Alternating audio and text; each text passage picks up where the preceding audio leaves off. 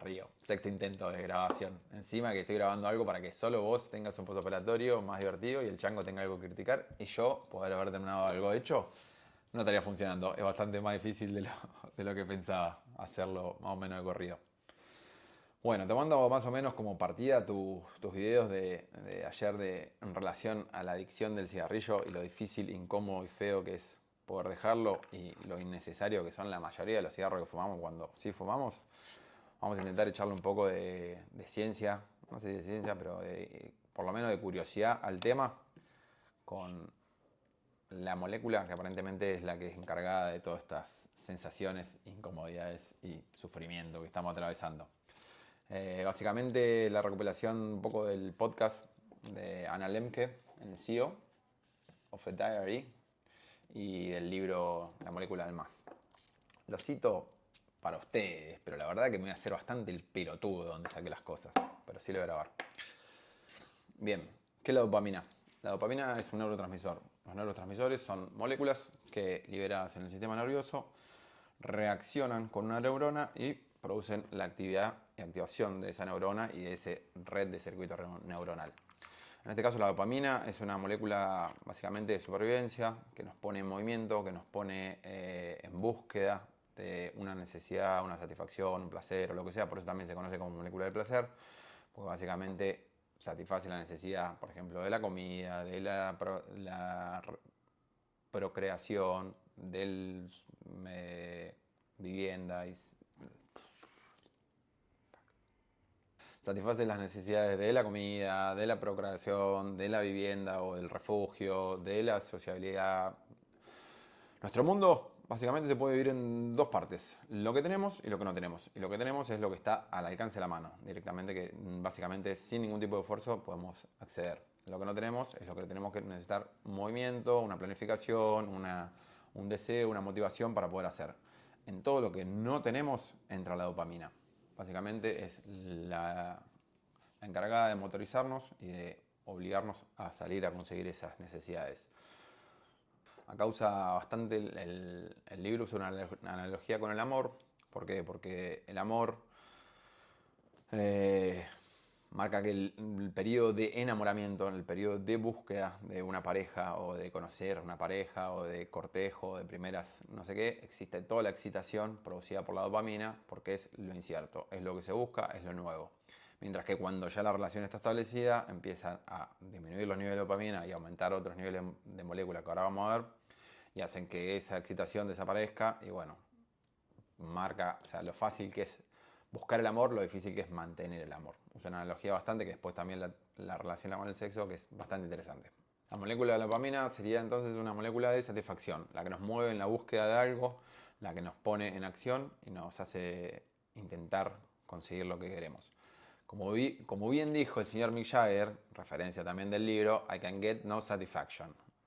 Es una molécula que es infinita. Aún cumplamos con esas satisfacciones, aún podamos conseguir lo que necesitamos, va a volver a nacer y va a volver a aparecer y va a volver a aparecer infinito. Esto generalmente se relaciona con todas las conductas adictivas. ¿Por qué? ¿Cómo funciona la dopamina? La dopamina, cuando aparece algún estímulo, como por ejemplo una droga, como por ejemplo un placer, como por ejemplo incluso lo incierto y lo inquietante, las rewards aleatorias, las recompensas aleatorias, se libera. Eso hace que aumente los niveles de dopamina. Eso nos da un placer inmediato. ¿Qué pasa? Al cuerpo registrar y el cerebro registrar que los niveles de dopamina aumentaron, hace que sus receptores se desregulen, o sea que bajen en su actividad y en su reactividad a esta molécula. Entonces, para poder encontrar los mismos niveles que en un principio encontrábamos con una dosis moderada, los mismos niveles de satisfacción y de plenitud, necesitamos mucha más dosis porque hay muchos menos receptores. ¿Por qué hay menos receptores? Porque antes hubo más dosis. Entonces es como una espiral negativa en el cual a misma dosis receptores ya no funcionan, hay vacío, necesito más dosis, como tengo más dosis, los receptores se vuelven a apagar un poco, vuelvo a subir la dosis. Básicamente es el ciclo de las adicciones. Acá el libro usa una analogía que está piola para tratar de entender un poco cómo funciona la dopamina. Y habla de que la dopamina es muy similar al glamour. ¿Qué es el glamour? El glamour lo define como un hechizo mágico de lo que podría ser. Es como un estado de perfección que uno busca y trata de alcanzar, pero que nadie sabe bien cómo y que básicamente es inalcanzable. En algún punto glamour lo relaciona, por ejemplo, con, no sé, obviamente la relación fácil es Hollywood y el estrellato y la fama y el éxito, que básicamente lo que dice es atractivo y es interesante y está bueno mientras no se completó. Una vez que se completó, pierde toda esa energía que antes motivaba y evidentemente aparecen las cosas no tan placenteras.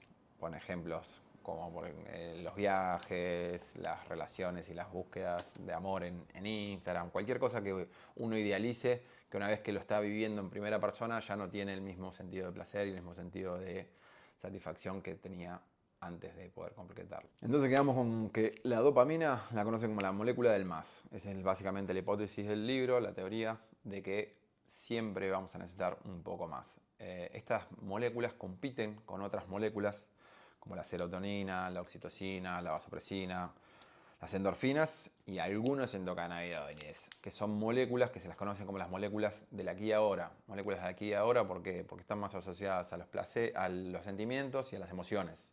Se liberan cuando realmente la mente, el cuerpo está en un estado de más presencia, de conexión y obviamente son más duraderas, tienen otro tipo de efectos en el cuerpo y sobre todo en realidad compiten una con la otra.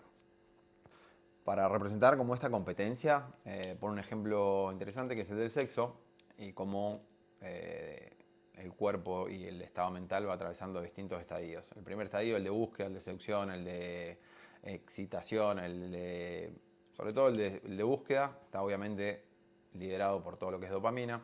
Una vez que el sexo empieza a consumarte, aparece el placer, aparecen las emociones, aparece la conexión, ahí empiezan a entrar las otras moléculas, serotonina o oxitocina, y nos conectan un poco más con el aquí y ahora, con el placer, y el sumum de eso sería como el orgasmo, que realmente desaparece cualquier tipo de pensamiento, desaparece cualquier tipo de noción de futuro y solo estamos en el momento.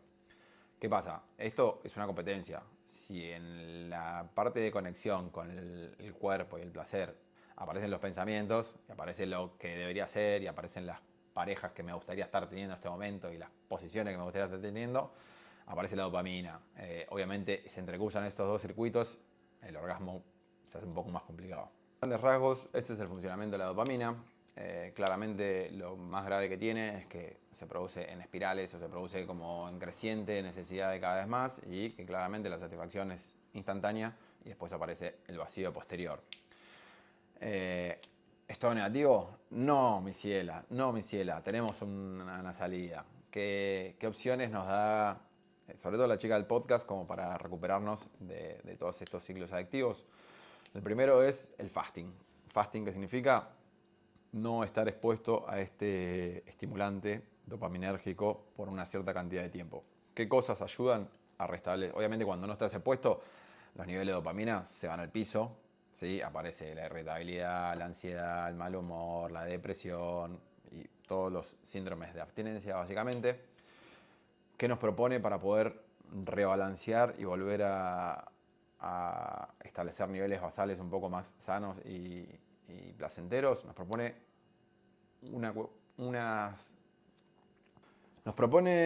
actividades desafiantes y demandantes. Y sobre todo que sean desafiantes y demandantes y que la hagamos en presencia. ¿Qué se requiere en presencia? Que estemos conectados con la actividad. ¿Por qué? Porque estas actividades desafiantes y demandantes no van a producir placer, nos van a producir refilling, no sé cómo sería la traducción, de dopamina, de los niveles de dopamina, van a hacer que los niveles de dopamina incrementen, pero van a estar asociados a exigencia. Por lo tanto, se rompe un poco el circuito de estímulo sin ningún tipo de complicidad y placer automático e inmediato.